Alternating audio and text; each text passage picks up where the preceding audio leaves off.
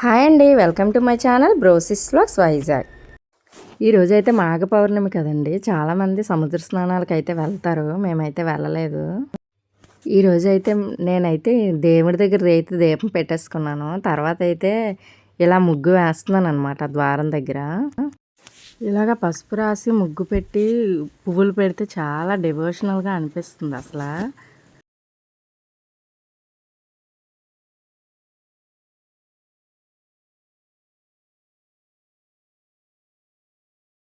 మీకు ఎలా అనిపిస్తుందో కామెంట్ సెక్షన్లో కామెంట్ చేయండి.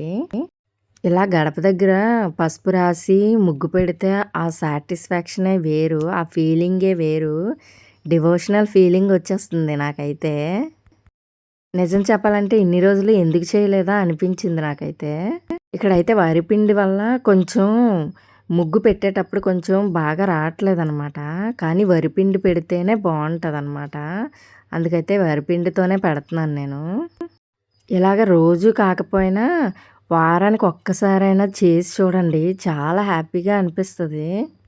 ఇలా పసుపు రాసి అయితే ఇలా డిజైన్స్ అయితే వేసుకున్నాను.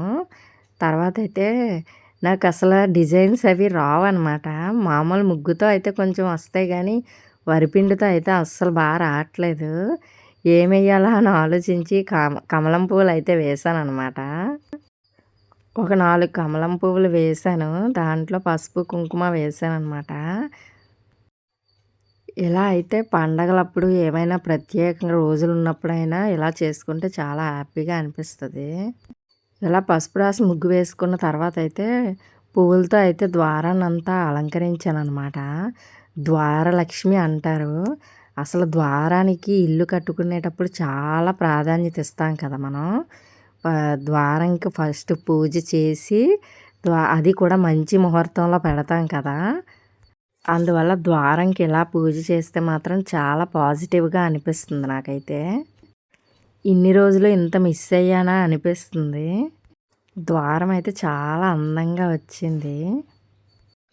తర్వాత అయితే మా ఇంట్లో ఉన్న పుణ్యక్షేత్రాల వాటర్ గురించి అయితే చెప్దామని అయితే వీడియో చేస్తున్నాను అనమాట. మా ఇంట్లో అయితే చాలా పుణ్యక్షేత్రాల నీరు అయితే ఉందన్నమాట.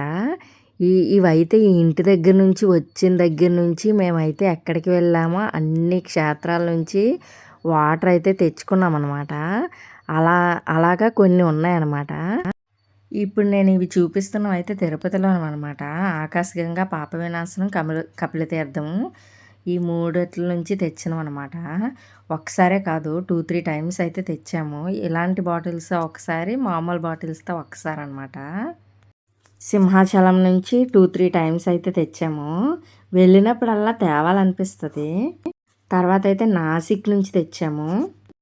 పంచదార్ల అని 5 ద్వారాల నుంచి వస్తాయన్నమాట వాటర్.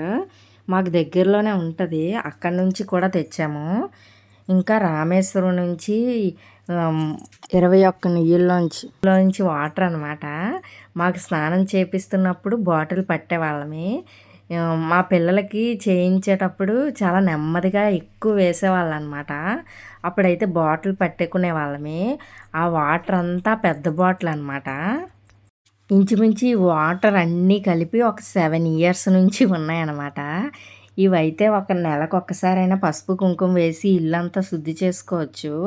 కానీ నాకు మర్చిపోతున్నాను, అశ్రద్ధ అయిపోతుంది అనమాట. ఈసారి నుంచి అయితే అలా చేద్దామని అయితే డిసైడ్ అయ్యాను. ఇలా మీలో ఎవరికైనా పుణ్యక్షేత్రాల నుండి తెచ్చిన వాటర్ అయితే స్టోర్ చేయడం అలవాటు ఉందా? కామెంట్ సెక్షన్లో కామెంట్ చేయండి. ఇందులో వాటర్ అయితే కొన్ని బాటిల్స్లో అయితే పాడయ్యాయి, ఎందుకో తెలియదు కానీ ఇవైతే ఇంచుమించు అన్నీ 3 ఇయర్స్ 4 ఇయర్స్ దాటినవే. ఇప్పుడైతే చూపిస్తున్నవి కుంభమేళా వాటర్ అనమాట.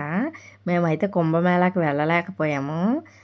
మ్యాక్సిమం పుష్కరాలకి వెళ్తాం కానీ ఇలా కుంభమేళాలు మా కాశీలో కూడా అయ్యాయి కదా, అప్పుడు కూడా వెళ్ళలేదు. బాగా క్రౌడ్ ఉన్న దగ్గరికి పిల్లలతో వెళ్ళడం అవ్వదు కదా. మీలో ఎవరైనా కుంభమేళాకి వెళ్ళారా? కామెంట్ సెక్షన్లో కామెంట్ చేయండి. ఈ కుంభమేళా వాటర్ మా ఇంటికి వచ్చి అయితే 3 డేస్ అయ్యింది. కుంభమేళాకి వెళ్ళలేకపోయాము. ఈ వాటర్ తెచ్చిచ్చారనమాట.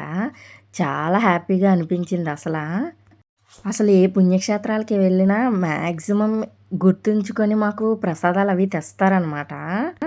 మ్యాక్సిమం మా ఇంట్లో ప్రసాదాలైతే ఎక్కువుంటాయనమాట. తిరుపతి ప్రసాదం అయితే మ్యాక్సిమం ఉంటది.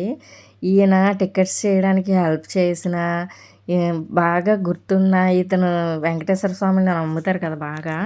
అందువల్ల అయితే తిరుపతి వెళ్ళిన వాళ్ళు చాలా మట్టుకు మాకైతే ప్రసాదం తెస్తారనమాట. చెప్పాలంటే మేము తెచ్చినప్పుడు కూడా పంచడానికి అశ్రద్ధ అసలా. ఆహ్ మేము ఎక్కువే తెస్తాము ప్రసాదాలవి. కానీ ఇవ్వడం ప్రతిసారి ఎక్కువ వెళ్తాం కదా! ప్రతిసారి పంచడం అనేది అశ్రద్ధ అనమాట.